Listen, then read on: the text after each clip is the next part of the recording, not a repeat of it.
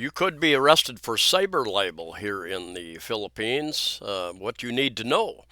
You need to be careful. More and more countries are coming up with all sorts of um, laws regarding free speech or banning certain types of free speech. Many countries in the United Nations call them hate laws, but there are a number of different countries. There here in the Philippines, there's libel laws, and many countries have laws against libel. You can sue somebody in civil courts. Here in the Philippines, there's also criminal charges that can be brought against you. I'm going to discuss the law a little bit. I'm going to give you some examples and a little bit of discussion. Some of my thoughts about it. Other thoughts. Many people think it's a way to harass people, especially journalists, and has been used in that way here in the Philippines. I think there's in the last year. I think there's been over 3,000 cyber libel cases where people have been arrested. About a third of those have been uh, have been dropped in the court system because of various reasons. That's my understanding. I can be considered an editor of sorts of my YouTube channel, in with the comments and things that are going on, things that I say, other people say in the comments. On a very very rare occasion, I have taken down a comment because they have because basically what could be considered cyber libel. And I have a certain responsibility there as well, not just here in the Philippines in this particular law, but even the YouTube channel considers me to be responsible for certain things that are said on my channel. And I think we all know that some of the major social media companies, we won't mention any, have been doing some major censorship of not just scientists, major doctors, especially over the last 3 years, but also YouTube creators, various people, other social platforms as well. I will show you a couple of examples. These are things I did a search. Two women arrested, two Filipinos arrested after classmate files cyber libel charges. And this, I think, there was a Facebook group, and they were discussing various things. And one of the classmates said something about this person, and they brought charges against him. And if you have charges against you for cyber libel, the chances are probably very good that somebody's going to come knocking on your door and you're going to be arrested. You will have to post bail to get out of jail. More recently, I think a teenager, like a 16, 17-year-old, filed charges against a couple people in the barangay because they called her, she's walking outside, and I think they called her a prostitute, a whore. And she brought charges again to the local police, and they were arrested, had to post bail to get out. So you need to be careful what you say here in the Philippines, different countries.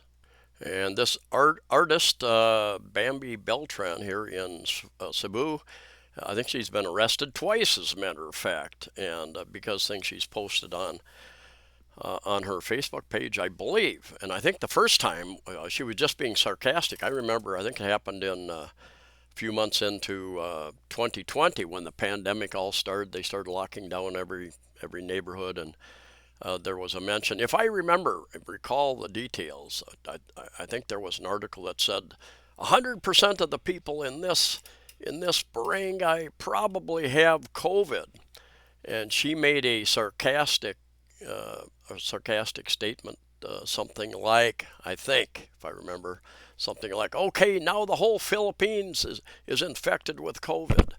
And anyway, I think it was the Mayor Labella at the time who brought charges against her, and she was arrested and had to post bail, to get out of jail, and just for some sarcastic comment.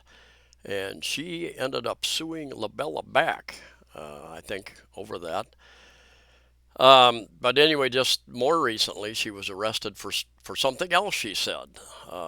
You insult somebody online, cyber meaning online, using your phone, using your computer, to libel somebody. Somebody even took a screenshot of an article that belittled somebody, some politician, and the politician uh, brought charges against them. They did a screenshot of an article, put it online, and it was defamatory to some degree, I guess. A number of different, I did some research, a number of different cases. So just what my advice is, just be careful what you do. And here a cyber libel case filed versus two foreign reporters from Financial Times, and thousands and thousands and thousands of more like this. And you just don't want to deal. You don't want to get arrested. You don't want to have to post tens of thousands of dollars. Uh, a simple libel case might be 10,000 pesos or a little bit more, or might be per case. It might be 80,000 on up. Might be much higher than that you'll have to come up with to get bailed out of jail. And I did a search for cyber libel laws and cases here in the Philippines, and one interesting place I found: Nicholas and De Vega law offices. They're in Manila. The phone number in Metro Manila, and some good information here. Anyway, a closer look, and you can stop the video if you want and read through this. I'm going to go down a little bit further. Elements of cyber libel, and if you want to stop there and read the legalese, you can do that. I'm going to go down here, person liable for cyber libel, and penalty for cyber libel. Some interesting stuff here. Libel by means of writings or similar means. A libel committed by means of writing, printing, lithography, engraving, radio, phonograph, painting, theatrical exhibition, cinematographic exhibition, or any similar means shall be punishable by prison, correctional in its minimum and medium periods, or a fine ranging from 40,000 pesos to 1,200,000 pesos, or both, in addition to the civil action which may be brought by the offended party. The penalty under prison correctional in its minimum period involved imprisonment from 6 months and 1 day to 2 years and 4 months. Anyway, the point being, libel laws have been around for hundreds of years, but some countries they're more strict, and you can get in trouble a lot easier than other countries. The United Nations and I think well over 100 countries now have what they call hate speech laws. And various countries, I know a number of journalists who have been brought before. It's to the point where some issues you can't even discuss on an academic level without somebody charging you with some type of hate speech. It's a strange world that we're now living in. Specifically here in the Philippines, there are a number of politicians who have brought charges against journalists and other people for posting things. There's, like I said, there's thousands of cases out there each year, and it's going to cost you. It's going to cost you money. So my advice is, don't go there. Don't be insulting Filipinos. Don't be insulting. Various people on social media and YouTube and various places, because you could be charged. You could be charged, whether you're guilty or not. That's another thing. In the end, it's going to cost you a bunch of money to fight the charges. And you could even come to the point where you're blacklisted from the Philippines as well. Like so many laws, my opinion, the opinion of many people, is that even though there might be very good intentions in writing a law a certain way to protect the innocent, it can often be used as to harass people you don't like, people in different political parties, people of different religious beliefs, whatever it might be. people from a different tribe, whatever it might be. Occasionally, I have somebody email me and ask me, why did you delete my comment? And 99% of the time, I haven't deleted the comment. I don't know, and I can go in. There is a folder called maybe spam or something like that. Maybe unacceptable comment or whatever it's called anyway. I check it about once a month, and occasionally there's a few comments in there, and sometimes they're spam, they're commercial content, somebody trying to sell something. Sometimes some really offensive language. But anyway, 99% of the time, uh, I have not erased and deleted comments. Um, and they have not ended up in that folder. So I don't know if YouTube's algorithms have deleted them. I don't know if other people have complained about the comments, have reported the comments to YouTube, and they were taken down. I don't know what happens to them. If I can't find them myself and they disappear, I don't know. I don't know. I can only say speculate that YouTube, for one reason or another, decided to take the comments down. Now, on that 1% of cases, I've had rare cases where many years ago I had a guy that would comment on every video, and over time it became very obviously obvious he was quite prejudiced, and prejudiced against Westerners in particular. And I kept entertaining his comments and entertaining and answering his comments and being nice to him. Even recommended getting together with the guy at one point in time. Uh, but then he became more belligerent, and more caustic and more racist, I would say, against Westerners. And there was a point in time where I blocked him from my channel. And I'm very tolerant, very, very tolerant. But there comes a point in time.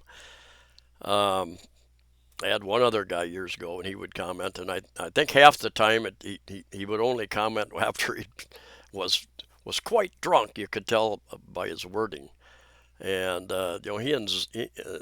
he would regularly insult me, and I'd put up with that. I would humor him, but he finally got just a little bit too much in my face, and I just finally good. I don't want to deal with this anymore. But that's a very, very, very rare occasion. Free speech, it's a great thing. The world that we live in is getting less and less free in many different ways, and it's the world that we live in. So if like me, I put myself out there on social media, and I am very, very fortunate, extremely fortunate. I very rarely get the trolls. I get trolls on my channel. Occasionally I do, and I've had people email me too. And I had one guy years ago, and he said, "I know you're part of the Chinese mafia, and I know." He claimed he was from Canada. "I know how to take care of you kind of people." And I kept track of his information in case he gets violent at some point in time. I've got a folder with information about the information that I could garner from him anyway. So a friend of mine has stated very accurately that I'm kind of a private person, and would prefer to be anonymous, but I enjoy this channel. It's growing exponentially, much greater than I would ever imagine when I started doing videos. And he said, you put yourself out there. You put yourself out there to the public. And I've met a number of subscribers and viewers, and even just this week, 3 different subscribers. Met one in a grocery store yesterday, and don't know how he recognized me. I'm standing there waiting for my girlfriend to go get some stuff, and he comes up to me and he says, "I'm one of your subscribers." And I met a guy in the street the other day. Are you on YouTube? And so I put myself out there, and 99.9% of everybody I've met has been really interesting, good people, I think. There's that very small percent, and just deal with it. It's part of life anywhere. Anyway, thanks for watching. Be careful what you say out there on my channel, other channels, on social media, especially here in the Philippines. Have a happy new year, and we'll see you next time.